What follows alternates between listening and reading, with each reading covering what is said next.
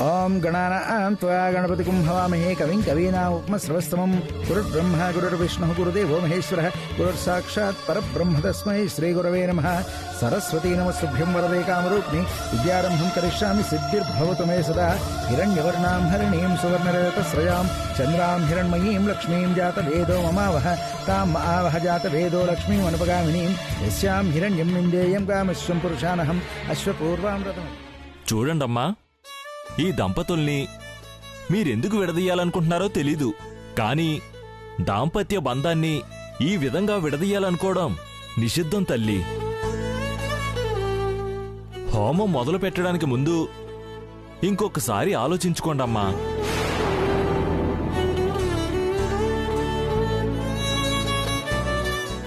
చేస్తున్నది తప్పే పూజారి గారు,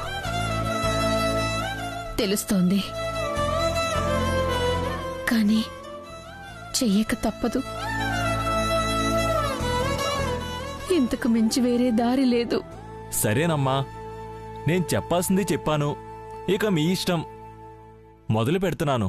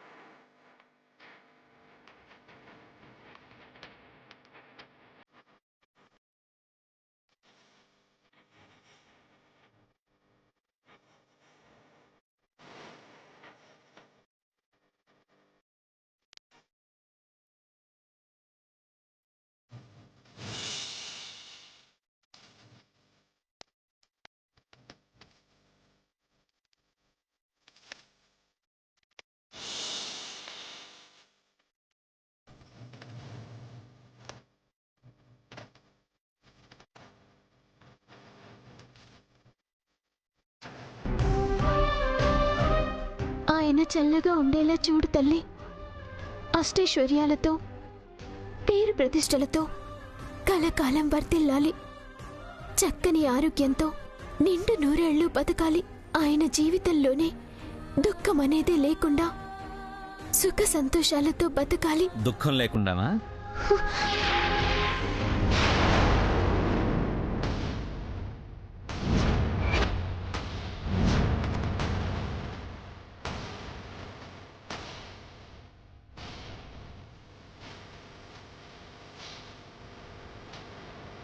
చెప్పు వైదేహి, దుఃఖం లేకుండా బ్రతకడం అంటే ఏంటి?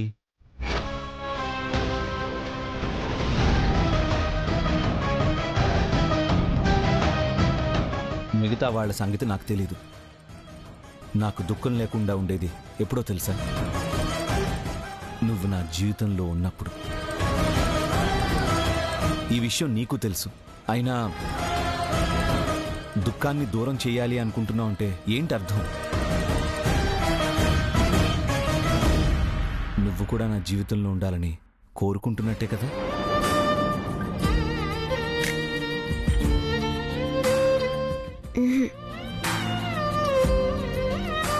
లేదా?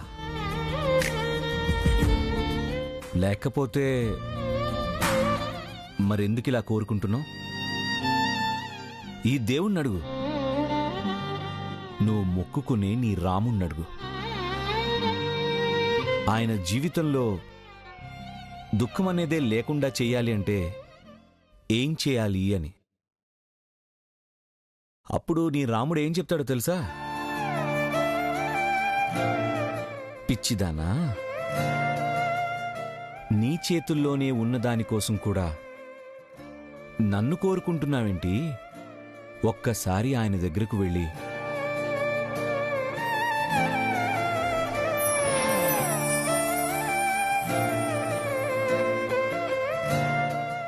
ఆయన చేతుల్ని నీ చేతుల్లోకి తీసుకుని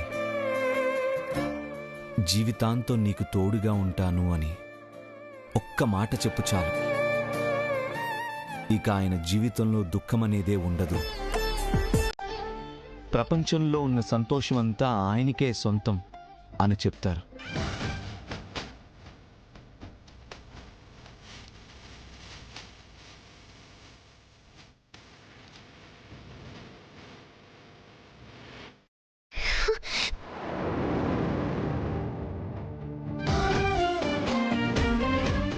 రామయ్య, ఈయనకు అర్థమయ్యేలా ఎలా చెప్పాలి? నేను ఆయన జీవితంలో ఉండలేను. అయినా ఆయన సంతోషంగా ఉండాలి.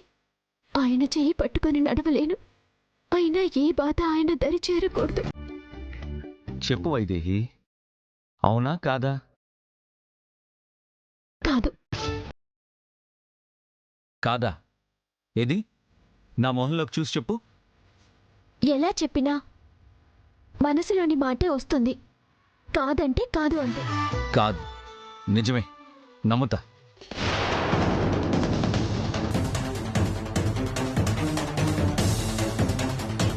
నమ్ముతాను వైదేహి. నువ్వు నా జీవితంలోకి రాకూడదని అనుకుంటున్నావని నేను నమ్ముతాను. ఎప్పుడో తెలుసా? నువ్వు వ్రతం చేస్తున్నది నా కోసం కాదు అన్నప్పుడు. కానీ నా కోసం చేస్తుంటే మాత్రం, నా బాధ దూరం కావాలని కోరుకుంటుంటే మాత్రం నువ్వు నా జీవితంలో ఉండాలని కోరుకుంటున్నట్టే. ఇప్పుడు చెప్పు, గుళ్ళో ఉన్నాం, ఈ పవిత్రమైన వటవృక్షం కింద ఉన్నాం. నిజం మాత్రమే చెప్పు వైదేహి. ఈ వ్రతం నా కోసం చేయడం లేదా?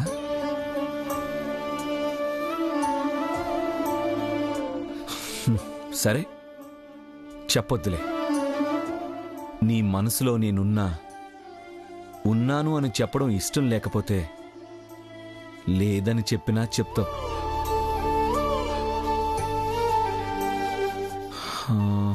ఒక పని చేద్దాం. నువ్వు ఎవరి కోసం వ్రతం చేసుకుంటున్నావో చేసుకో, అలాగే నేను కూడా చేసుకుంటాను.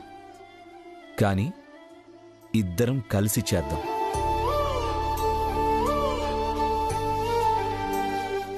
దీనికి నీకేం అభ్యంతరం లేదు కదా?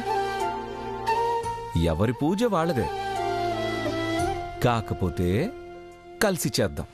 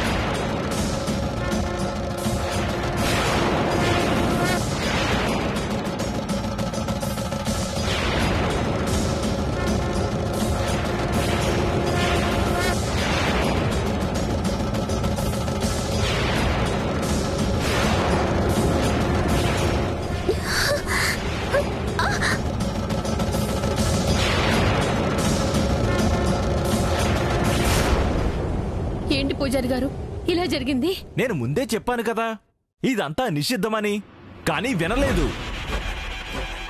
నన్ను బలవంతం చేశారు. చూడండి ఇప్పుడు ఏం జరిగిందో. వాళ్ళని విడదీయడం ఆ దేవుడికి కూడా ఇష్టం లేదు, అందుకే ఆగిపోయింది.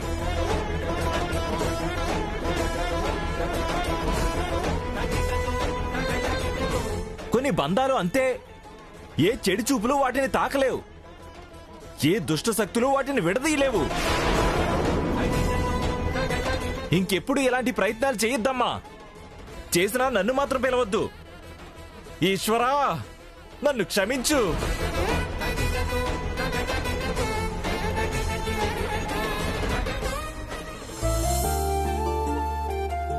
వైదేహి పిచ్చిది. తెలియకుండా పైకి ఏవేవో కోరికలు కోరుకుంటుంది. అవన్నీ ఏమీ పట్టించుకోకుండా తన మనస్సులో ఏముందో అది నెరవేర్చేలా చూడు.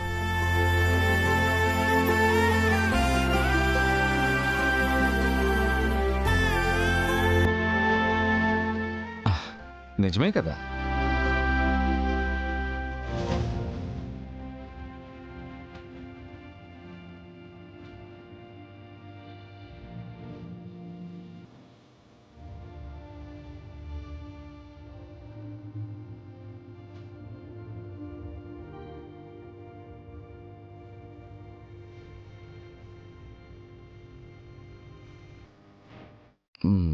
నాకు పెట్టుకోవడం తెలీదు, నువ్వే పెట్టు. పర్లేదు, నేను భక్తుడిని అనుకో, నువ్వు పూజారి అనుకో.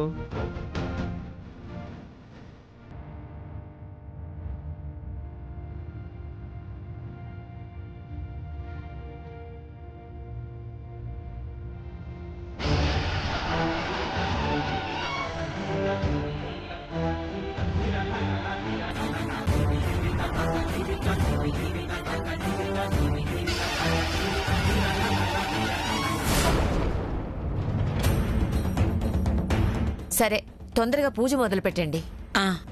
మళ్ళీ పూజ? వచ్చే సంవత్సరందా? సియా, ఎక్కడికెళ్ళిపోతున్నావమ్మా? ఇప్పుడే అసలైన పూజ ఉంది కదా. అంతా తెలుసని పొద్దున్న బిల్డప్ ఇచ్చి ఇప్పుడు ఇలా మాట్లాడితే అడ్డంగా బుక్ అయిపోతావు. కాబట్టి అయిపోయేంత వరకు వాళ్ళ చెప్పేది సైలెంట్గా చేస్తే బెటర్. తప్పదు కదక్కా, ఏం చేస్తాం? నీలాగా నేను అన్నింటికి తగ్గించలేను కదా.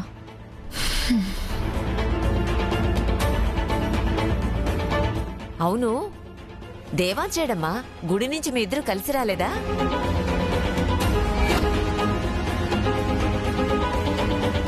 లేదు బామ్మగారు, ఆయనకేదో పనుందని తర్వాత వస్తానన్నారు. అందుకే నేను పిన్ని గారి కారులో వచ్చేసాను. అదేంటమ్మా, మీరిద్దరూ కలిసొస్తారని మేం వేరుగా వస్తే అబ్బాయిని వదిలేసొచ్చావేంటి? వదిలేసి వచ్చేయడానికి మీ చిన్న కొడుకు ఏమైనా చిన్న పిల్లవాడా అత్తయ్య? ఎందుకు ఉండిపోయారో, ఎవరి కోసం ఉండిపోయారో.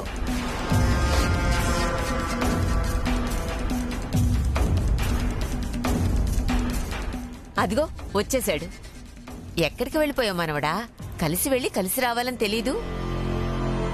దేవాంశ్ వచ్చాడు సరే, మరి వైదేహి ఏది?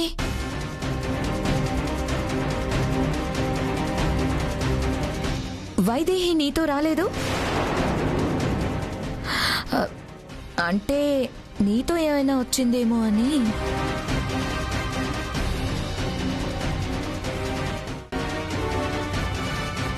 వైదేహి మీ అందరికంటే ముందే వచ్చింది.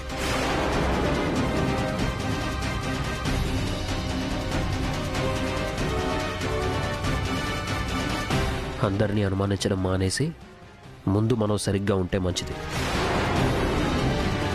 అయినా అలా ఎలా వదిలేసావు బాబు? ఇది మీ పెళ్ళయ్యాక మొదటి వ్రతం. వ్రతం పూర్తయ్యే వరకు మీ భార్య వెనకాలే ఉండాలి.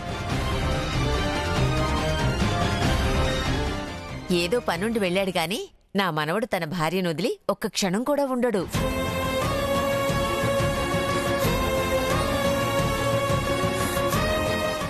నా బొంద ఒక్క క్షణం కూడా కలిసి ఉండడు, అసలే వదిలి ఉండడంట. బాగానే కవర్ చేస్తున్నారు. అయినా చిన్న కోడలు దేవాంశ్ కోసం వ్రతం చేస్తోంది కదా, దేవాంశ్ కూడా చిన్న కోడలి కోసం వ్రతం చేస్తున్నాడు. ఇంతకు మించి ఇంకేం రుజువు కావాలి వాళ్ళు అన్యోన్యంగా ఉన్నారనడానికి?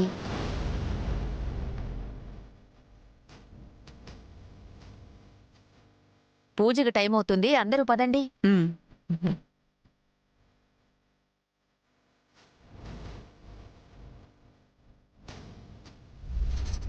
వీళ్ళది అన్యోన్య దాంపత్యం అట. పిచ్చికి కూడా ఒక హద్దు ఉండాలి. మనం అన్యోన్యంగా లేవు కదా అని మిగతా వాళ్ళు కూడా అన్యోన్యంగా లేరనుకుంటే ఎలాగా?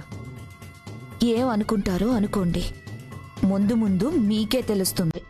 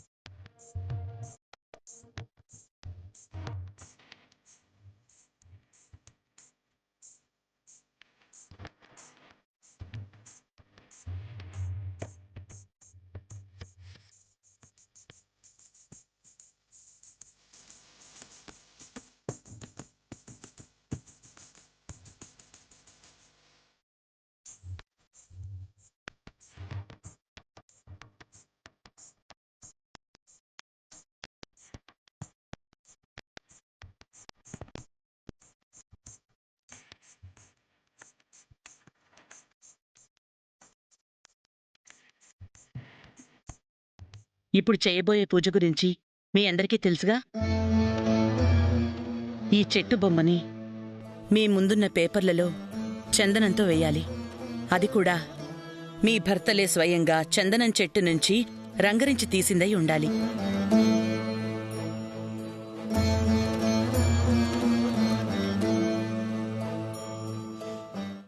కౌసల్య, నేను తెచ్చుకున్నానులే, మీ కోడలే తెచ్చుకోవాలి. నా కోడలు గురించి ఆలోచించేదే ఉంది, కొడుకు ఇక్కడే ఉన్నాడుగా. నానా, ఈ చందనం రంగరించి కోడలికివ్వు.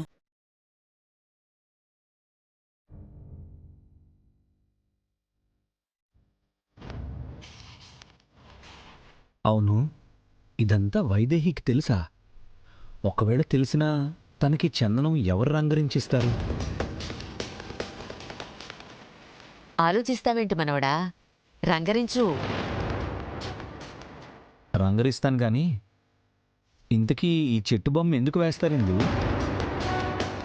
చెట్టంటే అది మామూలు చెట్టు కాదు, వటవృక్షం, అభివృద్ధికి చిహ్నం.